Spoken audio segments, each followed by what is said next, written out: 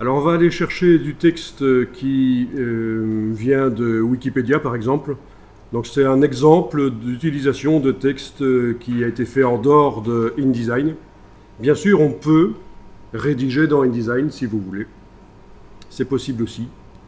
Et pour rédiger dans InDesign, il faudra que je vous parle du mode éditeur qui permet parfois d'éviter de s'user les yeux à taper du texte qui sur écran n'est pas très lisible, alors que sur la sortie papier, elle sera lisible. Mais le mode éditeur, c'est pour la rédaction de texte dans InDesign. Très pratique aussi quand on a du texte qui est tourné à 90 degrés, pour une raison ou pour une autre, sur la page. Plutôt que de tourner la tête, on passe dans le mode éditeur et le texte est comme dans un traitement de texte. Ceci dit, dans InDesign, on peut aussi temporairement tourner une page. C'est-à-dire qu'elle n'est pas réellement tournée, elle s'exportera toujours dans l'orientation qu'elle a, mais visuellement, dans InDesign, on peut la voir tourner pour travailler du texte qui serait à 90 degrés.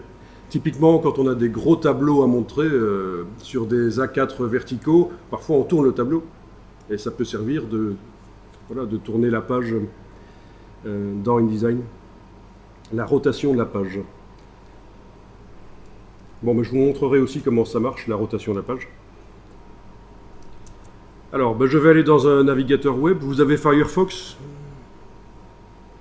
Essayez avec Firefox, parce que suivant le navigateur, les problèmes qu'on va retrouver dans le texte seront différents. Mais des problèmes, il y en aura toujours. Il va falloir nettoyer les choses automatiquement avec du rechercher-remplacer. Alors là, je vais aller dans Wikipédia. Voilà, je vais aller taper Wikipédia arbre. Je sais que l'article sur les arbres est assez bien fourni. Je vais dans Wikipédia, je pourrais aller n'importe où chercher du texte. Ok. Alors, je vais sélectionner le premier paragraphe, par exemple ici, voilà. Enfin, la première série de paragraphes.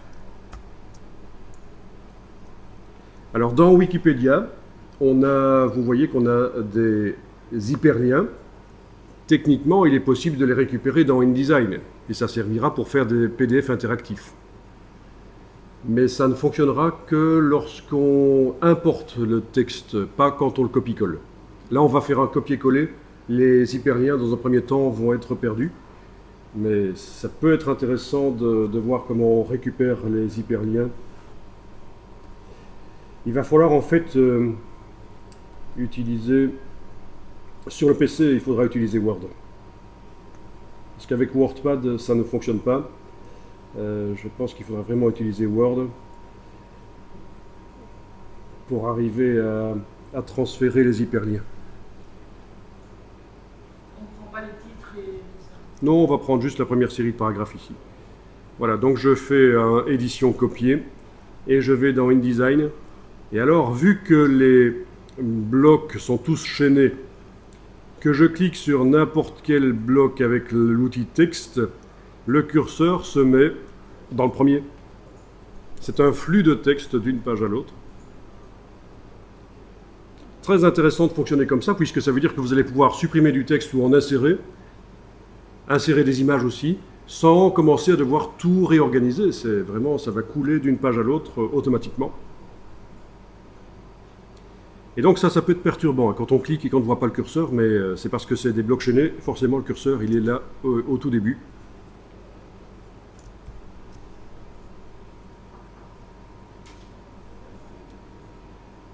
Bien. Alors, avant de coller ou après, je peux enclencher corps du texte pour dire que je veux le style corps du texte. Bon, je vais le faire après. Donc je vais d'abord coller. Voilà.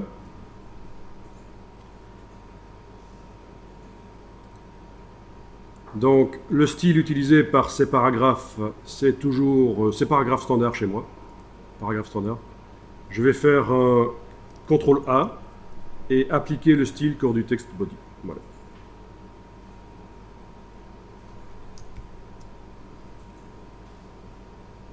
Bien. Je vais aller chercher un autre texte, une autre série de paragraphes. Peut-être pas celle-là parce que c'est particulier, c'est une liste.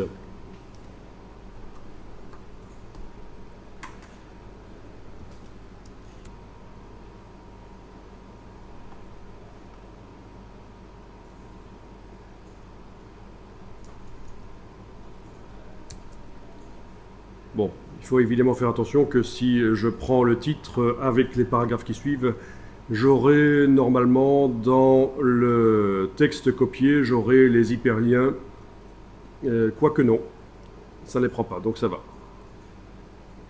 Ceux-là, il ne va pas les prendre. Donc voilà, je peux prendre les titres avec, ça devrait marcher.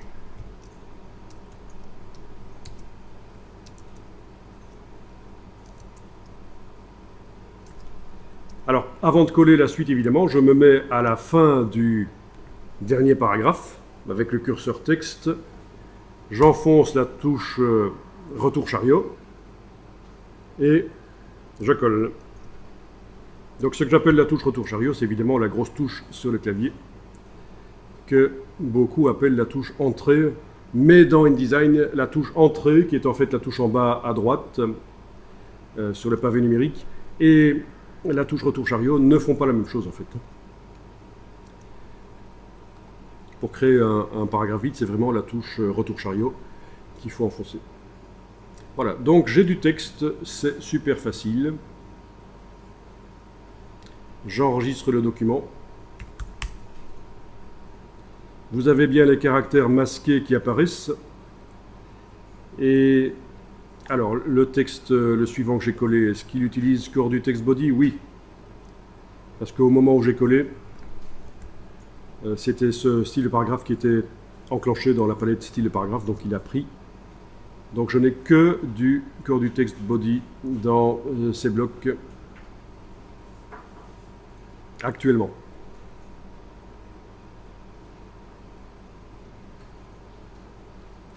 Ok.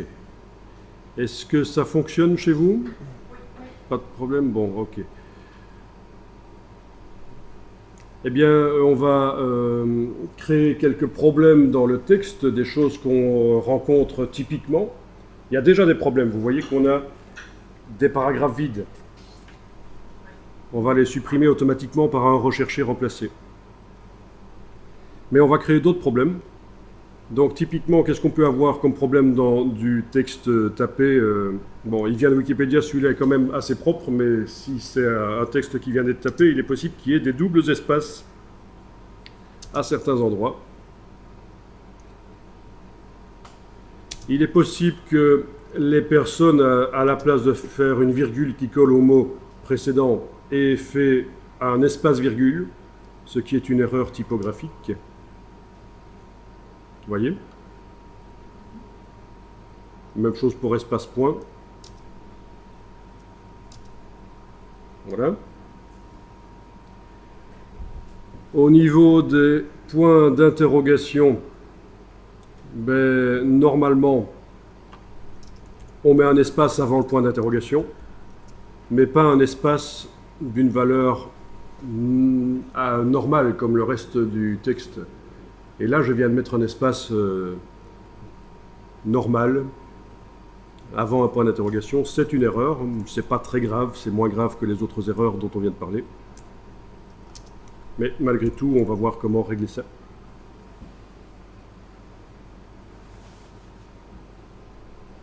Et alors, quand on utilise les deux points,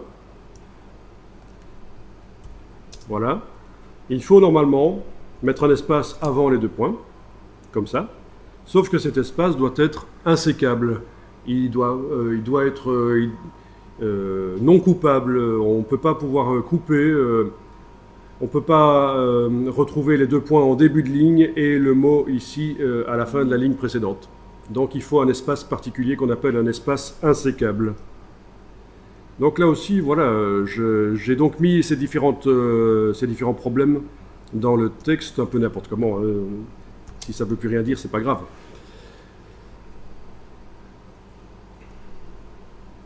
Voilà. Voilà, il y en a un qui était là d'origine d'ailleurs.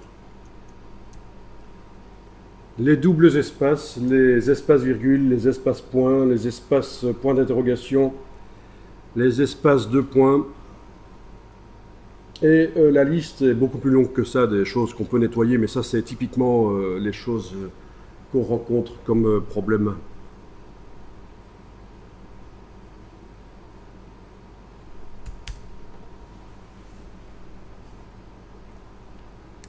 Donc vous voyez le problème, hein, bien sûr.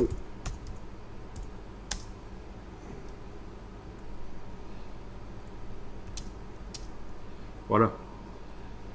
Les deux points qui, techniquement, là, peuvent se retrouver en début de ligne parce que l'espace qui est avant les deux points n'est pas insécable.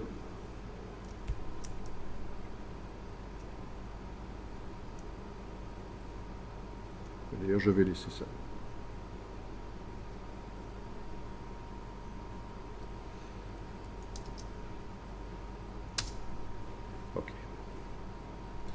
Alors on y va pour remplacer ça. Édition, rechercher, remplacer. Édition, rechercher, remplacer. Vous voyez qu'on a plusieurs types de recherche. On a la recherche grep.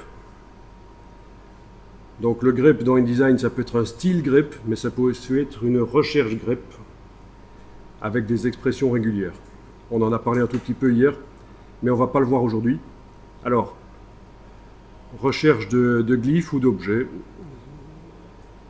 de caractéristiques d'objets, caractéristiques de caractères.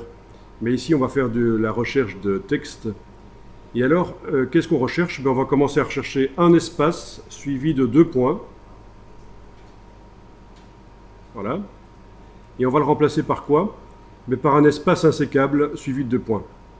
Pour insérer ici dedans, dans rechercher, remplacer, la balise d'un espace insécable, je vais utiliser le petit gizmo qui est là. Je clique sur l'arrobase. Et alors j'ai les espaces qui sont là. Espace. Et je vais demander espace insécable. Espace insécable chasse fixe, ça veut dire que dans le cas d'un texte justifié, les espaces qui se trouvent avant les deux points, ils ne vont pas varier d'une ligne à l'autre. Je veux dire, en fonction de la compression des mots sur la ligne. Donc c'est vous qui voyez, les deux fonctionnent. Espace insécable. Et deux points, donc voilà. Alors, vous voyez qu'il est possible de chercher dans l'article, c'est-à-dire le texte qui se trouve dans le bloc, et les blocs qui sont chaînés avec. Il est possible aussi de démarrer de là où le curseur se trouve et de faire la recherche jusqu'à la fin de l'article sans tenir compte de ce qui se trouve avant le curseur. Il est possible de rechercher dans tout le document, donc si le document a plusieurs articles, plusieurs blocs séparés avec du texte, ça va marcher. Et vous pouvez même faire une recherche sur plusieurs documents qui seraient ouverts. Vous voyez qu'on a la possibilité ici de restreindre la recherche à certains styles de paragraphes ou de caractères. Ça peut être utile si je veux faire automatiquement la recherche uniquement sur les titres, par exemple, en ignorant le corps du texte. Voilà. On peut faire, grâce à cette boîte, du rechercher remplacement de format. C'est-à-dire que je pourrais ne rien mettre ici, pas préciser quel texte je recherche, mais juste préciser un style de paragraphe un tel et le remplacer par un autre. Donc cette boîte sert aussi à faire du rechercher-remplacer de style par un autre, de style de caractère aussi.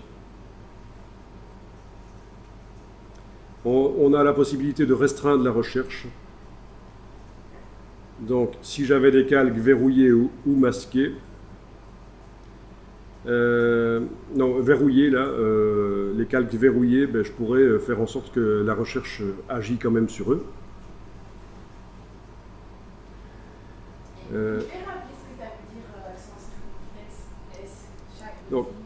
Donc ça c'est la balise, le accent circonflexe S, c'est la balise qu'il faut taper. si on veut remplacer les espaces normaux de points par un espace insécable de points. Et à chaque fois, si on veut remplacer autre chose, on va retrouver ceci. Donc, c'est juste... Si on veut remplacer... Alors, oui, inclure les calques qui n'apparaissent pas, les objets qui n'apparaissent pas non plus. Faire la recherche aussi dans les gabarits. Les notes de bas de page. Oui, parce qu'il y a un système de notes de bas de page dans InDesign. Est-ce qu'on tient compte des majuscules ou pas dans le texte qu'on tape là? Voilà, mot entier. Honnêtement, je ne sais plus ce que ça veut dire. Mais bon, voilà, en principe, il ne faut pas aller commencer à cliquer là n'importe où, parce que vous allez restreindre la recherche en fait. La restreindre ou l'étendre, ça dépend. Ça dépend ce qu'on choisit. Mais voilà, donc on va cliquer sur tout remplacer. Il m'indique qu'il en a trouvé 3 des espaces de points et qu'il l'a fait, le remplacement. Je vais vérifier sur ma ligne là qui est derrière, où j'ai justement les 2 points qui commencent une ligne. Je clique sur OK. Et voilà, ça a fonctionné. On voit qu'il a inséré un espace spécial, un espace insécable, dont la balise ressemble à ça.